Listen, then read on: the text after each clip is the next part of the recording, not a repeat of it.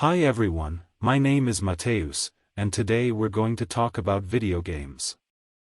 Microsoft has officially entered into a 10-year commitment to bring Call of Duty to Nintendo consoles following its acquisition of Activision Blizzard. Xbox boss Phil Spencer shared the news on Twitter alongside confirming Microsoft will continue to offer Call of Duty titles on Steam after the deal has closed as well. The last time a mainline Call of Duty title was on a Nintendo console was 2013's Call of Duty Ghosts, which made its way to the Wii U. Since then, Nintendo owners have been left behind when it comes to one of the best-selling game franchises of all time.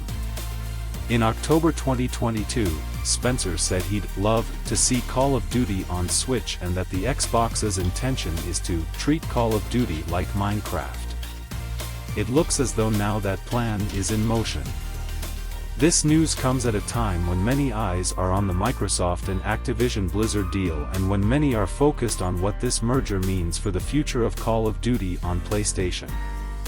Spencer has stated that Call of Duty will ship on PlayStation as long as there's a PlayStation to ship to, and reports have come out saying Microsoft has offered a similar 10-year deal to Sony to keep the franchise on the platform. Activision Blizzard will reportedly release Diablo 4 on June 5, 2023. The action RPG will supposedly be in the spotlight at the Game Awards, where this date and pre-orders will be announced. Twitter user Aggiornamenti Lumia apparently found a hidden listing on the Microsoft Store that revealed Diablo 4's release date. On Xbox, the game will apparently be 80 GB in size and come in 3 different editions: Standard, Digital Deluxe, and Ultimate. Windows Central added that pre-orders will offer early access to an open beta in the spring, possibly in April. All of this info lines up relatively well with a report from November stating Diablo 4 would launch in April. It was also conveyed at that time the action RPG would appear at the Game Awards with pre-orders opening soon thereafter. Former Sonic team head and Sonic the Hedgehog programmer Yuji Naka has been arrested again due to alleged insider trading. This time the arrest relates to potential insider trading relating to confidential knowledge of mobile title Final Fantasy VII: The First Soldier. According to a new report by Asahi, the developer, as well as former Square Enix employee Taisuke Sasaki, was arrested for allegedly investing in A-Team Entertainment based on non-public knowledge of Square Enix's future plans to work with the studio on the Final Fantasy mobile game. According to Asahi, it's claimed that Naka was made aware of Square's plans to develop the game with A-Team prior to its official announcement.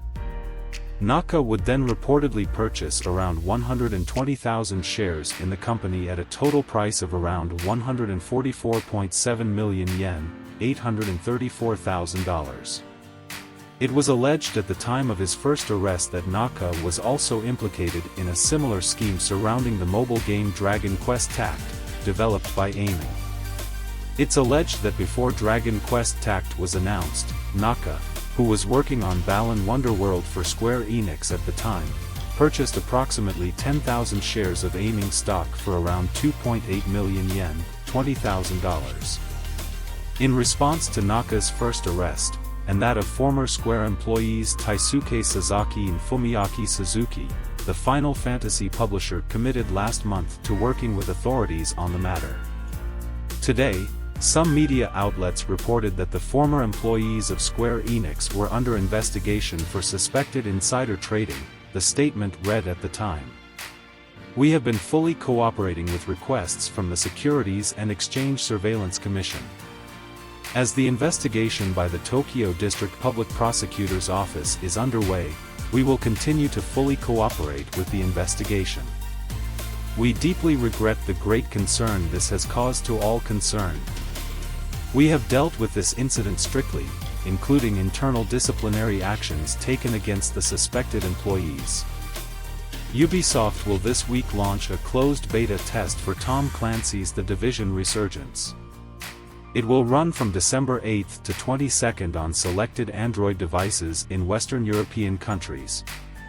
Players can register right now for a chance to participate in this test or future ones. Ubisoft said the beta will include 7 main missions, 12 side missions, 3 classes to choose from at the start plus 1 that is unlocked at level 15, so 4 total. 4 different open-world activities. Daily plus weekly quests. Weekly targets. Dark Zone. Conflict mode, 1 map. Announced in July, The Division Resurgence is a free-to-play third-person RPG shooter for Android and iOS.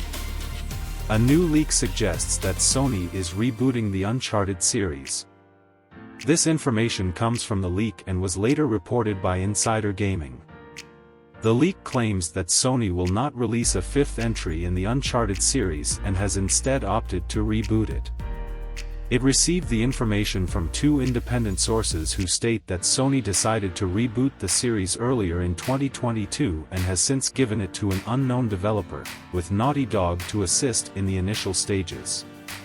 The sources do not share any further details about this Uncharted project. While it seems likely that another Uncharted game is in development at Sony, fans should take every leak and rumor with a grain of salt. It sounds like development just started on this project, so players will probably not see it in action for some time. Rumors about a new entry in the Uncharted series have been circulating for a few years now, but Sony has not made any official announcement. One leak suggested that an Uncharted spin-off was in development at Sony's Bend studio, but it ultimately got cancelled. Bend Studio has since confirmed that it's working on a new IP set in an open world. That's all the news for today, Wednesday, December 7th, 2022. If you enjoyed this video, don't forget to like and subscribe to this channel. The links to all the subjects discussed in this video are available in the description below. Thank you so much for watching, and I'll see you next time.